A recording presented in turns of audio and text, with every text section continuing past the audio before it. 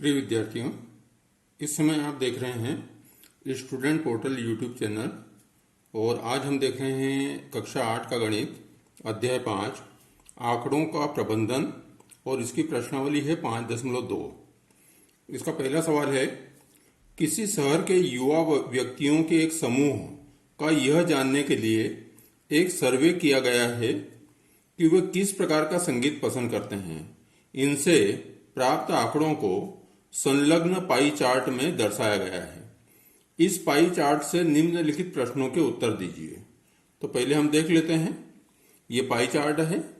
इसमें मनोरंजक संगीत जो है उसको पसंद करने वाले हैं 40%, उप शास्त्रीय संगीत को पसंद करने वाले हैं 20%, शास्त्रीय संगीत को पसंद करने वाले हैं 10% और लोक संगीत को पसंद करने वाले हैं 30%। पहला प्रश्न है, यदि 20 व्यक्ति शास्त्रीय संगीत पसंद करते हैं तो कुल कितने युवा व्यक्तियों का सर्वे किया गया था। यह कौन सा संगीत है? शास्त्रीय संगीत। और शास्त्रीय संगीत का प्रतिशत कितना है? 10। अब हमको ये नहीं मालूम है कि कुल कितने व्यक्तियों का सर्वे किया गया था। तो मान लिया हमने, माना 100 व्यक्तियों का सर्वे किया गया, तो ये 10% जो है किसका निकालेंगे? एक्स का। ये हो जाएगा, पहले का उत्तर हो जाएगा। एक्स व्यक्तियों का सर्वे किया गया मान लिया, तो एक्स का 10%, तो 10% मतलब 10/100 किसका? एक्स का। ये कितना है? 20 व्यक्ति है जो शास्त्रीय संगीत पसंद करते हैं और इसका प्रतिशत है 10।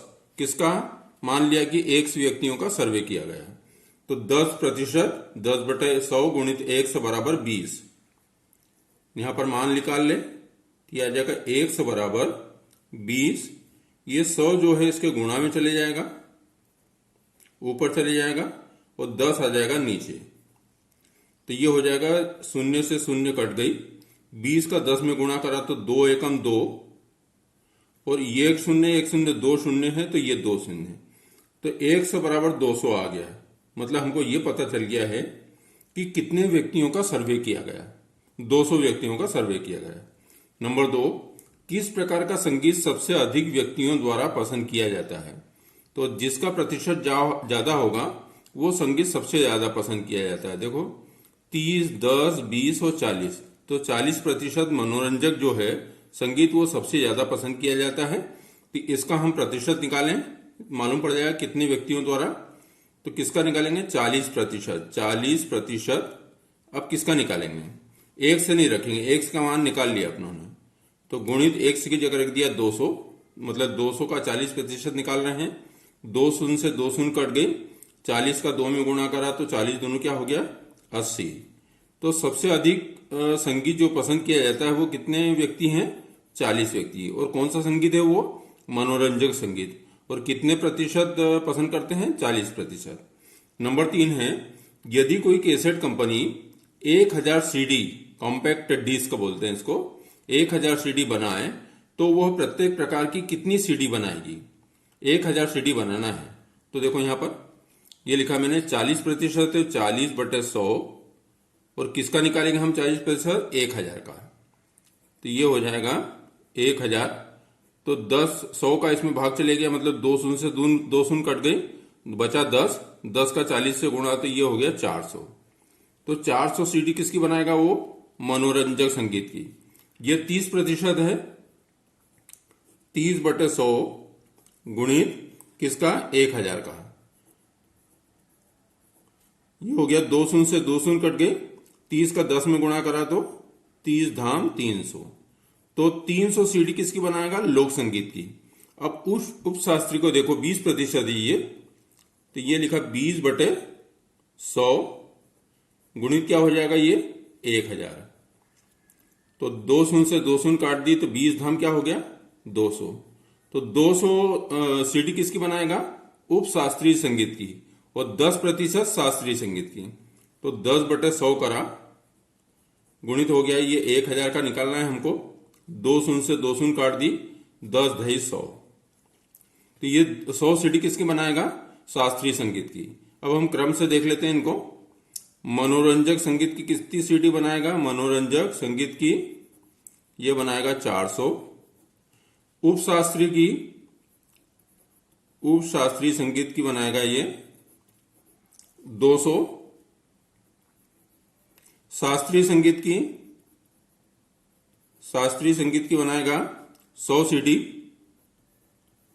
और लोक संगीत की बनाएगा 300 सीडी। इनका योग कर लें तो 4 और 2 6 और 1 7 और 3 10।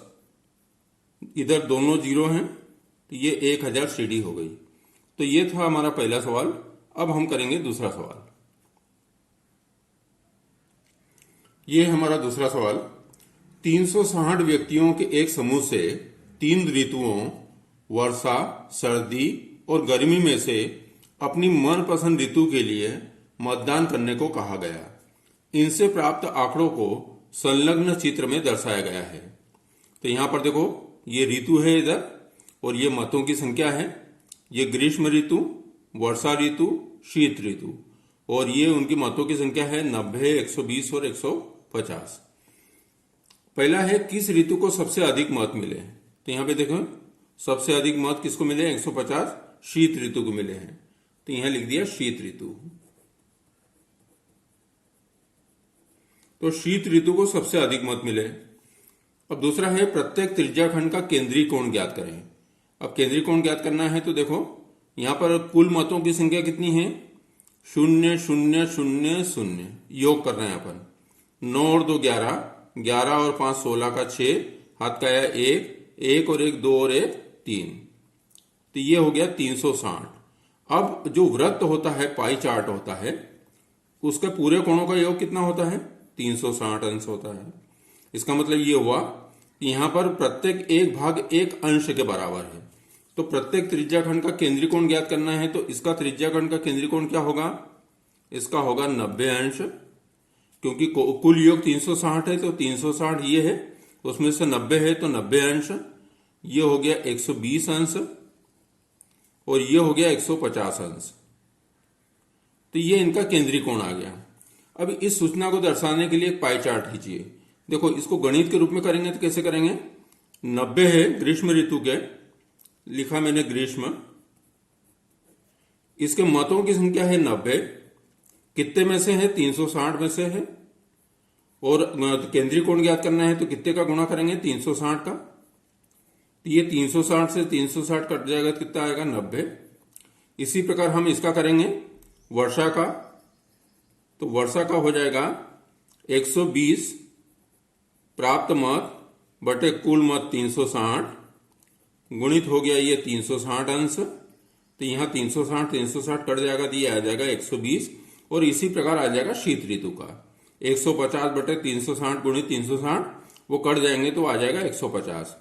इस सूचना को दर्शाने के लिए एक पाई चार्ट खींचिए। और पाई चार्ट बनाने के लिए ग्रीष्म ऋतु जो है 90 अंश का कोण अंतरित करेगी, वर्षा ऋतु 120 अंश का और शीत ऋतु 150 अंश का। तो इसके लिए पहले हम सबसे पहले बनाते हैं, एक वृत्त बना लेते हैं।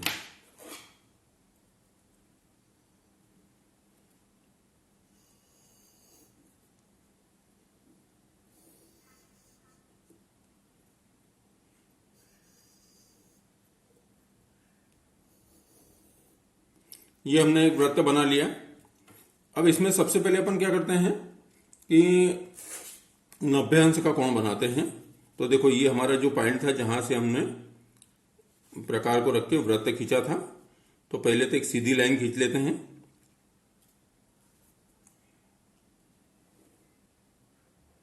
एक सीधी लाइन खींच दी। अब पहले ग्रीष्म ऋतु के लिए 90 अंश का कोण है तो 90 अंश का कोण बनाते हैं। तो 90 अंश का कोण के लिए ये आया, एक पॉइंट बना दिया इसको अपनों ने, और इसको रेखा को खींच देते हैं, इसको इससे मिला देते हैं। तो ये बन गया 90 अंश का कोण और ये है ग्रीष्म ऋतु,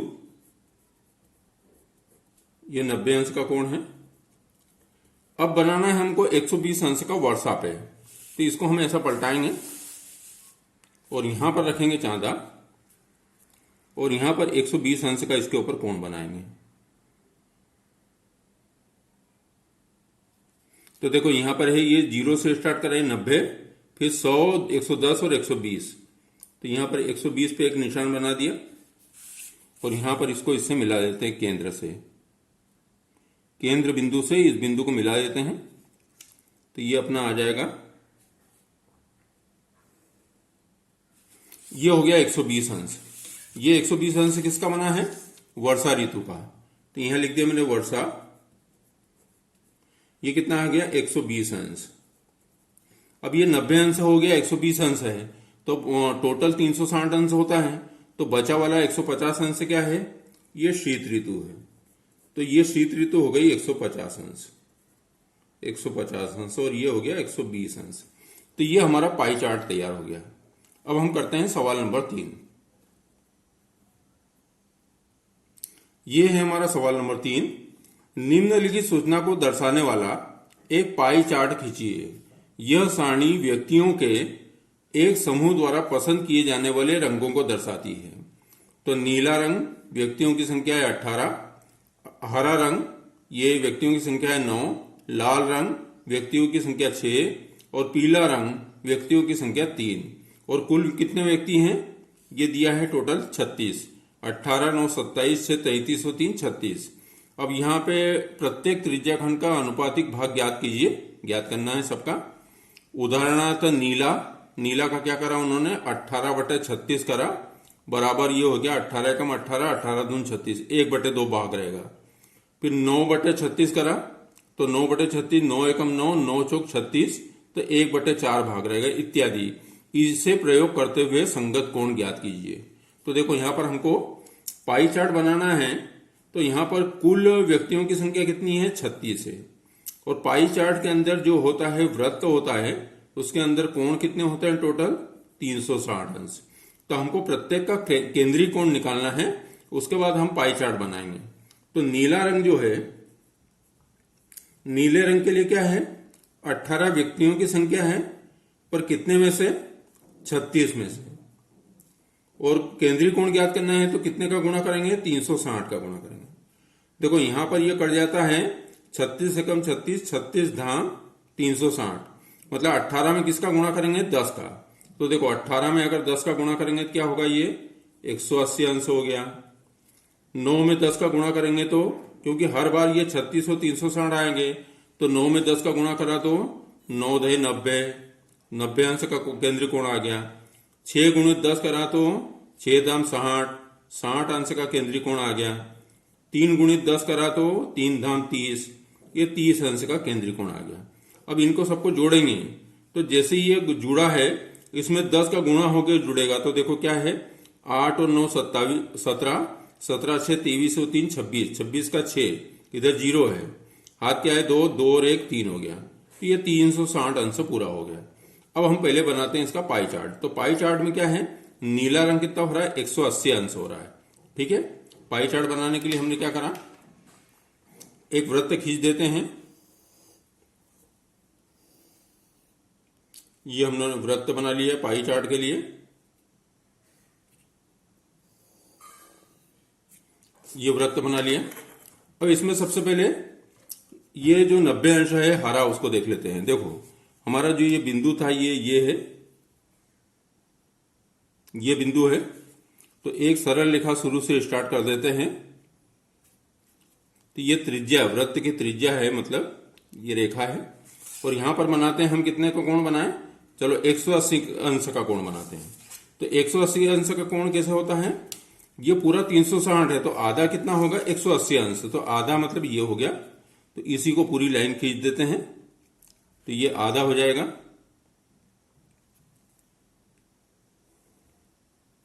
ये 180 अंश का कोण हो गया।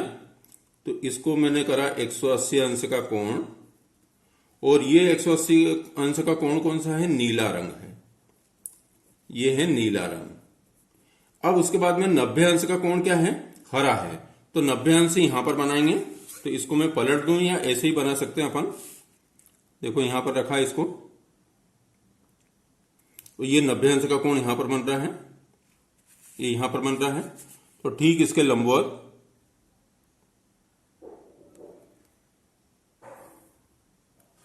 ये 90 अंश का कोण है। तो ये 90 अंश का कोण किसका है? ये 90 अंश का कोण है हरे रंग का। अब हरे रंग के बाद में 60 अंश का कोण है लाल रंग का। तो 60 अंश हमको इसके ऊपर बनाना है। ये जो 90 अंश बना है इसके ऊपर 60 अंश बनाएंगे हम।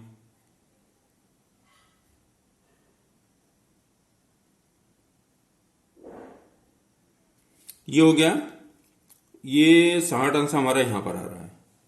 तो ये 60 अंश ये हो गया। इस लाइन को खींच देते हैं हम,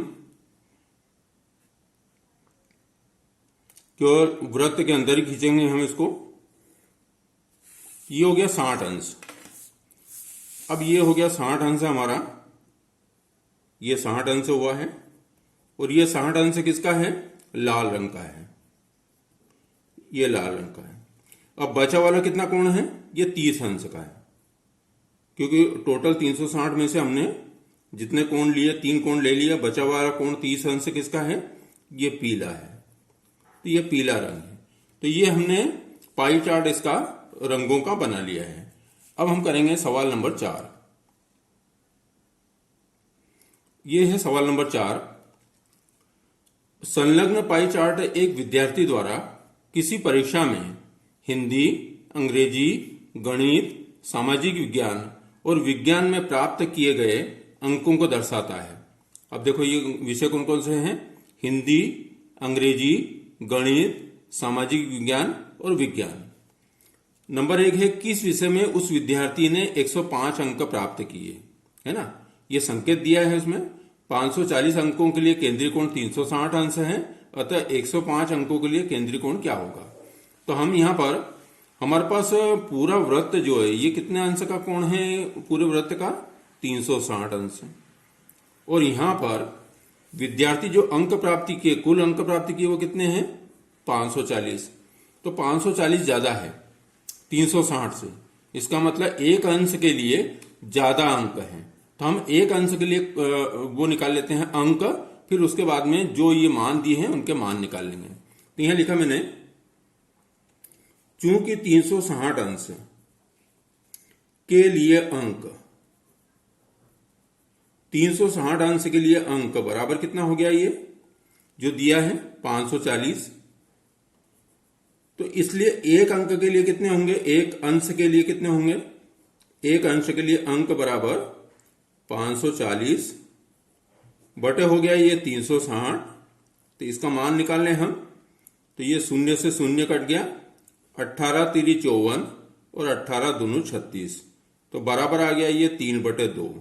इसका मतलब ये हुआ कि एक अंश के लिए 3/2 अंक, ये 3/2 होता है 1.5, पर हम अभी 1.5 पे नहीं जाएंगे, 3/2 पे। तो एक अंश बराबर 3/2 अंक है। अब हमारा यहां पर प्रतिशत देखें, कोण जो देखें, तो पहले हिंदी में देखते हैं। हिंदी में अंश कितने दिए हैं? हिंदी में अंश दिए हैं 70। ये 70 अंश। एक अंश के लिए है 3/2, तो 70 अंश के लिए क्या हो जाएगा? 70 गुणित 3/2। तो ये कट जाएगा 2, तो कितनी बार कटेगा? 2 तिया 6, 1 बचा 10 व 2 पंजा 10। तो 35 का गुणा हो रहा है। तो 35 तिरी कितना हो गया? 105। ये 105 अंक आ गए किसके? हिंदी के। नंबर 2 देखें हम। नंबर 2 में है अंग्रेजी। अंग्रेजी में कितने अंक हैं? अंग्रेजी में अंक है 55, मतलब 55 अंश है। केंद्रीय कोण 55 अंश है। तो इसका अंक निकालेंगे तो एक अंश बराबर कितना है? 3/2 अंक है। तो ये लिखा मैंने 3/2। तो यहां पर अंग्रेजी में कितना है? 55 है, 3/2 रखा हमने। तो ये कितना हो जाएगा? देखो 2 का भाग लगेगा इसमें, तो ये हो जाएगा 2 से इसको काटा, 2 एकम 2, 2 एकम 2 दूनी 4, बचा 1, 15 हुआ, 2 सती 14.5। ये हो गया 27.5 हो गया। 3 का इसमें गुणा करा तो 3 पंजा 15 का 5, हाथ का 1, 3 सते 21 और 1 22 के 2, हाथ का 2, और 3 दूनी 6 और 2 8। ये आ गया 82.5 अंक। तो इसका यहां पर मैं लिख देता हूं, हिंदी के लिए लिखा मैंने 105 अंक, अंग्रेजी के लिए लिखा 82.5 अंक। अब गणित के लिए है 90। तो गणित के लिए है 90 केंद्रीय कोण है। तो इसके लिए हो जाएगा 90 गुणित 3/2। 3/2 एक अंश के लिए 3/2 है, तो 90 के लिए तो इसको 2 से काटा, 2 एकम 2 और 2 चौक 8, 10 हुआ, 2 पंजा 10, 45 का 3 में गुणा करा तो 3 पंजा 15 के 5, हाथ का आया 1, 3 चौक 12 और 1 13। तो ये आ गया 135 अंक। तो 135 अंक किसके लिए आए? गणित के लिए आए। इसी प्रकार हम देखें सामाजिक अध्ययन के लिए। तो सामाजिक अध्ययन के लिए केंद्रीय कोण कितना दिया है? 65 अंश दिया है। और उसके लिए अपनों को क्या निकालना है? अंक निकालना है। तो इसको कर दिया 3/2। 2 से इसको काटेंगे तो आ जाएगा 32.5। 32 दूनी 64 और आधा का डबल 1। इसका गुणा करा, इसमें 3 आ 5 15 के 5, हाथ का आया 1, 3 दूनी 6 और 1 7, ये 10 में लगा दिया, 3 3 9। तो ये आ गया 97.5। और इसी प्रकार हम करें 5वें नंबर पे, ये आ गया विज्ञान। तो विज्ञान का केंद्रीय कोण कितना है? 80 अंश है। तो इसके अंक निकाले हमने, तो 80 गुणित कर दिया 3/2। 2 से काटा तो ये 40 बार काटा और 4 3 12, तो ये हो गए 120 अंक। तो ये विज्ञान के हो गए 120 अंक। अब हम यहां देखें किस विषय में उस विद्यार्थी ने 105 अंक प्राप्त किए। तो देखो 105 अंक किसमें प्राप्त किए? हिंदी में। उस विद्यार्थी ने गणित में हिंदी से कितने अधिक अंक प्राप्त किए? गणित में हिंदी से कितने अधिक? तो देखो गणित में कितने प्राप्त किए हैं? गणित में प्राप्त किए हैं, ये गणित में 135 अंक प्राप्त किए हैं। तो उसमें से हिंदी के अंक घटा देंगे। तो 135 में से घटाए हमने हिंदी के अंक। हिंदी के अंक है 105। 105 घटा दिए 135 में से, दिया है 30 अंक। तो कितने अधिक अंक प्राप्त किए? 30 अंक अधिक अंक प्राप्त किए। नंबर 3, जांच कीजिए कि क्या सामाजिक विज्ञान और गणित में प्राप्त किए गए अंकों का योग। तो देखो सामाजिक विज्ञान और गणित, तो सामाजिक विज्ञान कितना है? ये है। तो यहां लिखा मैंने सामाजिक विज्ञान या सामाजिक अध्ययन धन गणित। ठीक है। तो सामाजिक अध्ययन कितना है? 97.5 है। धन गणित, गणित के कितने हैं? देखो गणित के हैं अपने पास 135। ठीक है। अब इसके आगे बढ़ते हैं। जांच कीजिए कि क्या सामाजिक विज्ञान और गणित में प्राप्त किए गए अंकों का योग विज्ञान और हिंदी में प्राप्त किए गए अंकों के योग से अधिक है। तो विज्ञान देखें, विज्ञान और गणित का देखते हैं। विज्ञान धन गणित, विज्ञान और हिंदी, सामाजिक अध्ययन और गणित था, सामाजिक विज्ञान और गणित था, और विज्ञान और हिंदी। तो विज्ञान और हिंदी में देखें, विज्ञान में कितने हैं? देखो विज्ञान में है 120 अंक और हिंदी में कितने हैं? हिंदी में है 105 अंक। तो बराबर क्या हो गया? ये देखो बराबर हो गया अपने पास ये 5 और 0 5 और 0 2 2 और 1 और 1 2, 225 अंक। तो विज्ञान और हिंदी में कितने हो रहे हैं? विज्ञान और हिंदी में है 105। और सामाजिक विज्ञान और गणित, इसमें कितने हो रहे हैं? सामाजिक विज्ञान और गणित में टोटल देखें तो ये दशमलव के बाद 5 है। तो ये दशमलव के बाद 5 पहले लगा दिया हमने। 5 और 7 12 के 2, हाथ का आया 1, 1 और 3 4, 4 और 9 13। तो यहां पर आ रहे हैं 5 और 7 12 का 2, हाथ का है 1, 1 और 3 4, 4 और 9 13 का 3, फिर हाथ का है 1, 1 और 1 कितने हो गए? 2। तो ये आ गए 232.5 अंक। किसमें? सामाजिक विज्ञान और गणित में। और विज्ञान और हिंदी में कितने आ गए? 225 अंक। क्या बोल रहा है? जांच कीजिए कि क्या सामाजिक विज्ञान और गणित में प्राप्त किए गए अंकों का योग विज्ञान और हिंदी में प्राप्त किए गए अंकों के योग से अधिक है। हाँ, अधिक है। ये 235.5 है और ये 225 है। तो कितने अधिक है? ये 25 और 7 32.5, 7.5 अंक अधिक है। तो हाँ, ये इसका उत्तर आ जाएगा हाँ। तो ये था हमारा सवाल नंबर 4। अब हम करेंगे सवाल नंबर 5। ये हमारा सवाल नंबर 5, प्रश्नावली 5.2 का आखिरी सवाल है। ये किसी छात्रावास में विभिन्न भाषाएं बोलने वाले विद्यार्थियों की संख्या नीचे दी गई है। इन आंकड़ों को एक पाई चार्ट द्वारा प्रदर्शित कीजिए। तो यहाँ पर ये भाषा दी है, हिंदी, अंग्रेजी, मराठी, तमिल, बंगाली, और ये योग दिया है। विद्यार्थियों की संख्या है हिंदी में 40, अंग्रेजी में 12, मराठी में 9, तमिल में 7, बंगाली में 4, और योग कितना है 72। हमको पाई चार्ट बनाना है तो प्रत्येक का क्या करना पड़ेगा, केंद्रीय कोण निकालना पड़ेगा। तो देखो यहां पर हिंदी का केंद्रीय कोण निकालेंगे तो क्या होगा, हिंदी में प्राप्त अंक कितने हैं 40, कुल अंक कितने हैं 72, और पाई चार्ट मतलब वृत्त में कोण कितने होते हैं 360। तो देखो यहां पर क्या हो रहा है, 72 से ये 360 5 बार कटता है, 7 पंजा 35 और 2 पंजा 10, ये 5 बार कटा तो ये 5 मान आया। तो 5 का किस में गुणा हो रहा है 40 में। तो यहां पर प्रत्येक में 5 का गुणा कर देते हैं। तो 5 का गुणा करें तो कितना, 5 एक नियतांक हो गया है, तो 5 का गुणा करा तो 4 पंजा 20, तो ये हो गया 200 अंश। ठीक है, 5 का गुणा करा तो ये हो गया 12 पंजा 60, 60 अंश। 5 का गुणा करा तो 5 नाम 45, ये 45 अंश हो गया। 5 सते हो गया ये 35 अंश हो गया, और 5 चौक 20 अंश हो गया। मतलब यहां पर एक संख्या के लिए कितना ये आ रहा है, एक संख्या के लिए आ रहा है 5 अंश केंद्रीय कोण आ रहा है। वो कैसे निकाला अपनों ने, कुल केंद्रीय कोण है 360 अंश, और अपने पास कुल भाग कितने हैं 72, तो 72 का भाग लगा दिया। तो ये क्या हो जाएगा, देखो 72 में 5 का गुणा करें कितना होता है, 5 दूनी 10 के शून्य हाथ का है 1, 5 सत्तर 35 और 1 36, 360। तो ये 72 से ये 360 कितनी बार कटेगा, 5 बार कटेगा।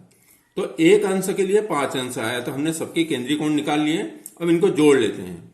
देखो 0 5 5 5 और 5 10, 10 और 0 0, हाथ का है 1, 1 और 2 3, 3 और 3 6, 6 और 4 10, 10 6 16, 16 0 16 का 6, हाथ का है 1, 1 और 2 3, तो ये हो गया 360 अंश। अब इन कोणों के आधार पर अपन पाई चार्ट बना लेते हैं। इसके लिए हम क्या करेंगे, एक वृत्त खींचेंगे और सभी कोण बनाते हैं। तो मैं ये वृत्त खींच के कोण बना लेता हूं, तब तक वीडियो को स्टॉप करता हूं। ये हमने एक वृत्त खींच लिया पाई चार्ट बनाने के लिए। तो सबसे पहले हम क्या करेंगे कि इसका मध्य बिंदु देखकर हम एक रेखा खींच ले पहले।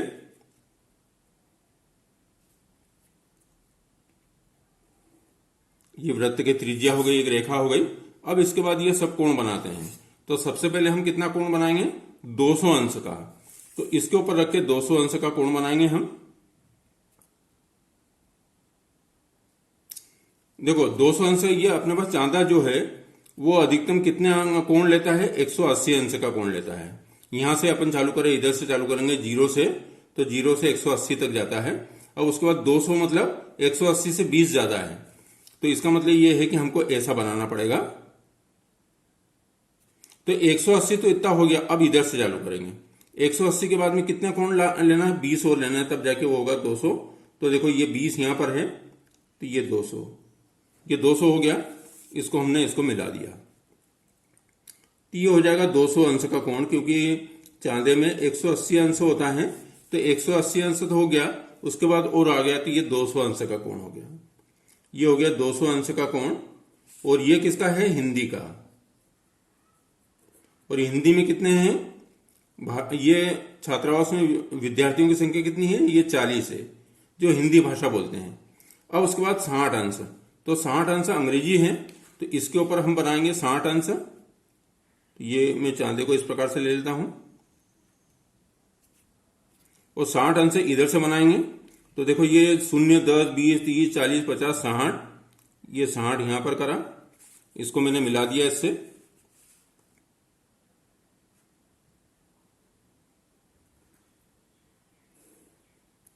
ये हो गया 60 अंश। और 60 अंश में ये कौन सी भाषा है, अंग्रेजी भाषा है।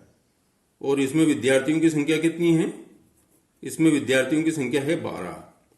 अब उसके बाद में 45 अंश, तो इस कोण के ऊपर 45 अंश हम बनाएंगे। तो देखो ये 0, 10 ये 40 और ये 50 और इसके बीच में ये 45 है, तो ये बिंदी लगाई हमने और इसको हम इससे मिला देते हैं।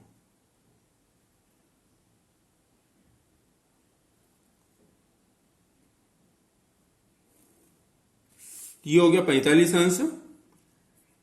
और 45 अंश किसका है? ये है मराठी का, मराठी भाषा का। और इसको बोलने वाले विद्यार्थी कितने हैं? 9 हैं। अब उसके बाद में तमिल, तमिल के लिए 35% है, तो इसी के ऊपर हम बनाएंगे 35%। 35 अंश का कोण बना रहे हैं हम इसके ऊपर। तो ये हो गया 0, 10, 20, 30, 40 और ये बीच में हो गया 35। इसको हम मिला देते हैं इससे।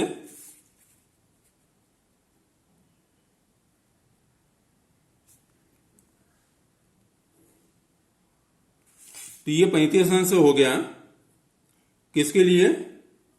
ये हो गया तमिल भाषा के लिए। और तमिल बोलने वाले विद्यार्थियों की संख्या कितनी है? तमिल के लिए है 7। अब बचा कितना कोण? 20 अंश। अब 20 अंश को हम माप के देख लेते हैं 20 अंश है कि नहीं है। तो देखो ये है 0, 10 और ये 20, तो ये 20 अंश का है बचा हुआ। और ये भाषा कौन सी है? ये भाषा है बंगाली। और इसके बोलने वाले विद्यार्थी कितने हैं? इसके 4 हैं। तो ये देखा हमने प्रश्नावली 5.2 के सभी सवाल 1, 2, 3, 4, 5। इस वीडियो को देखने के लिए धन्यवाद।